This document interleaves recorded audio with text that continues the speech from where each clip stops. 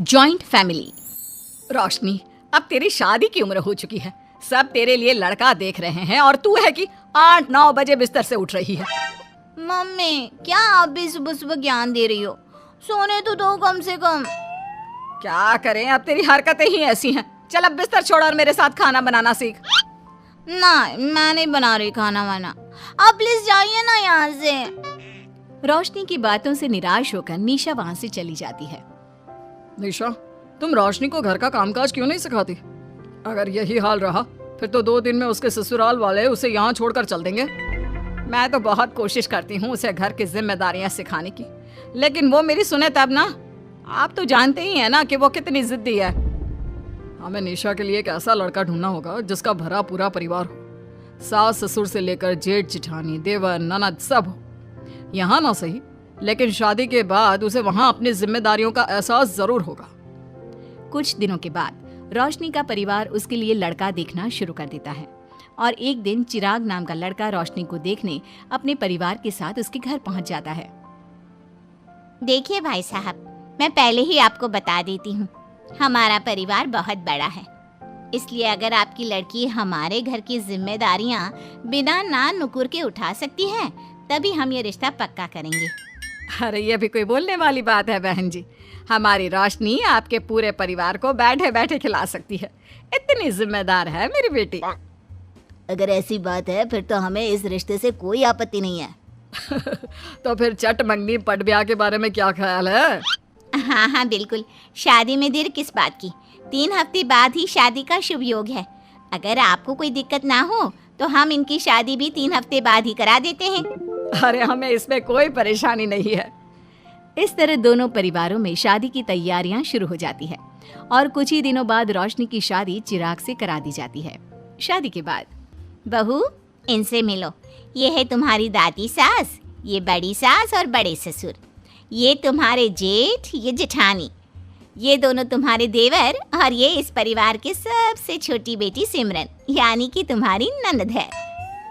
परिवार में इतने सारे लोगों को देखकर रोशनी का सर चकरा जाता है। वो अपना सर पकड़ लेती है और मन ही मन सोचने लगती है, हे भगवान, ये किस जन्म का बदला लिया है आपने मुझसे? मैंने क्या बिगाड़ा था आपका जो आपने मुझे ऐसा परिवार दिया? बेटा, किस सोच में पड़ गई तुम? और कितने लोग हैं आपके परिवार में? बस हम इतने ही लोग हैं बेटा, ज्यादा लंबा परिवार नहीं है हमारा। अब इससे लंबा और कितना बड़ा परिवार होगा आपका? ये ससुराल कम चिड़ियाघर ज्यादा लग रहा है। कुछ कहा क्या तुमने बेटा? नहीं मम्मी जी, वो मैं बहुत थक गई हूँ, तो क्या अब मैं सोने जा सकती हूँ? हाँ क्यों नहीं बहू। चिराग, बहू को अंदर कमरे में लेकर जा। जी माँ। चिराग रोशनी को अंदर कमरे में लेकर जाता है। चिराग, मुझे यहाँ नहीं रहना, मुझे अलग रहना है। ये तुम क्या बोल रही हो रोशनी? अभी तो आई हो तुम और अभी अलग होने की बात कर रही हो। परिवार वालों को पता चलेगा तो कितने दुखी होंगे वो लोग। मुझे नहीं मतलब किसी से, और इसे तुम परिवार कहते हो? ये परिवार कम कोई गली मोहल्ला ज्यादा लग रहा है। रोशनी, अभी तुम नई हो इस परिवार में, इसलिए शायद तुम्हें ऐसा लग रहा है। कुछ दिन में आदत हो जाएगी तुम्हें। चिराग की बात सुनकर रोशनी अपना सर पकड़ लेती है। आपको समझाना तो दीवार में सर पटकना है। मैं सो रही हूँ, लाइट ऑफ मत करना, मुझे अंधेरे में नींद नहीं आती। इतना बोलकर रोशनी बिस्तर पर लेट जाती है। रोशनी को देखकर चिराग का मुंह खुला का खुला रह जाता है। वो भी पैर पटकते हुए बिस्तर के दूसरे कोने में अपना मुंह मोड़कर सो जाता है। अगले दिन, देवरानी जी, आप उठ भी जाइए, सुबह के 6 बज चुके हैं। सोने दो ना मम्मी, क्यों परेशान कर रही हो? देवरानी जी, मैं आपकी मम्मी नहीं जेठानी हूँ। सुबह सुबह क्या मजाक है मम्मी? इतना कहकर रोशनी अपनी आंखें मसलते हुए उठती है और अपनी जेठानी को देखकर चौंक जाती है। दीदी, आप यहाँ? पिछले 1 घंटे से तुम्हें उठा रही हूँ, लेकिन तुम हो कि अब उठ रही हो? लेकिन अभी तो सिर्फ 6 बज रहे हैं, आपने मुझे उठाया क्यों? वो इसलिए क्योंकि आज तुम्हारे इस घर में पहली रसोई है, तो खाना आज तुम्हें ही बनाना होगा ना। क्या? मुझे पूरे मोहल्ले के लिए खाना बनाना पड़ेगा? नहीं रोशनी, तुम्हें पूरे मोहल्ले के लिए नहीं, सिर्फ परिवार के लोगों के लिए ही खाना बनाना है। आपका परिवार किसी मोहल्ले से कम है क्या? कुछ कहा क्या तुमने? हाँ नहीं दीदी, आप चलिए, मैं अभी फ्रेश होकर आती हूँ। आरती वहां से चली जाती है, जिसकी थोड़ी देर बाद रोशनी भी रसोई में जाकर मजबूरी में सबके लिए खाना बनाने लगती है। पूरे 2 घंटे मेहनत करने के बाद उसका खाना बनकर तैयार होता है। वाह बहू, खाना तो बड़ा स्वाद बना है। सच में बहू, तुमने भले ही बहुत देर लगाई खाना बनाने में, लेकिन खाना बहुत स्वादिष्ट बना है। आपके हाथों में तो जादू है देवरानी जी। मैं तो कहती हूँ अब से रोज आप ही खाना बनाया कीजिए, क्यों मम्मी जी? हाँ हाँ बेटा, बिल्कुल ठीक कहा तुमने। रोशनी, आज से रोज तुम ही खाना बनाना। ये सुनकर रोशनी चौंक जाती है। खाना खाने के बाद सभी लोग रोशनी को शगुन का नेक देते हैं और फिर अपने अपने रूम में चले जाते हैं। क्या यार रोशनी, इतना टेस्टी खाना बनाना जरूरी था क्या? अब फंस गई ना तू। ये सब माँ पापा की वजह से हो रहा है, उनके कारण मुझे ये सब झेलना पड़ रहा है। रोशनी गुस्से में अपने रूम में जाती है और अपनी माँ को फोन मिलाती है। मम्मी, मैं आपको कभी माफ नहीं करूंगी। आपने जानबूझकर मुझे इतने बड़े परिवार में भेजा है, जहाँ मुझे सांस लेने की भी फुर्सत नहीं है। हमने ये सब इसलिए किया ताकि तू अपनी जिम्मेदारियां निभाना सीखे। अब मायके की तरह ससुराल में भी अपनी जिम्मेदारियों से मुंह मत मोड़ लेना। मुझे नहीं रहना माँ यहाँ। इस घर में जितने लोग हैं उतने तो हमारे गली मोहल्ले में भी नहीं थे। माँ, मैं आपसे आपकी सारी बातें मानूंगी, पर प्लीज मुझे यहाँ से ले जाइए। बिल्कुल नहीं, अब से वही तेरा सब कुछ है। वहां से भागने के बजाय अपनी जिम्मेदारियां पूरी करना सीख, इससे हमें भी थोड़ी खुशी मिल जाएगी। माँ की बातों से निराश होकर रोशनी फोन काट देती है, जिसके बाद उसकी नजर नेक में मिले पैसों पर पड़ती है और वो फटाफट से बिस्तर पर बैठकर पैसे गिनना शुरू कर देती है। अरे वाह, ये तो पूरे 25,000 रुपए हैं। किसी ने भी 5100 से कम का नेक नहीं दिया। चलो अच्छा है, कुछ तो फायदा हुआ इतने बड़े परिवार में शादी करने का। अब इन सब पैसों से मैं अकेले शॉपिंग करूंगी, बहुत मजा आएगा। शॉपिंग के बारे में सोच सोच कर ही रोशनी अपने बिस्तर पर कूदने लगती है।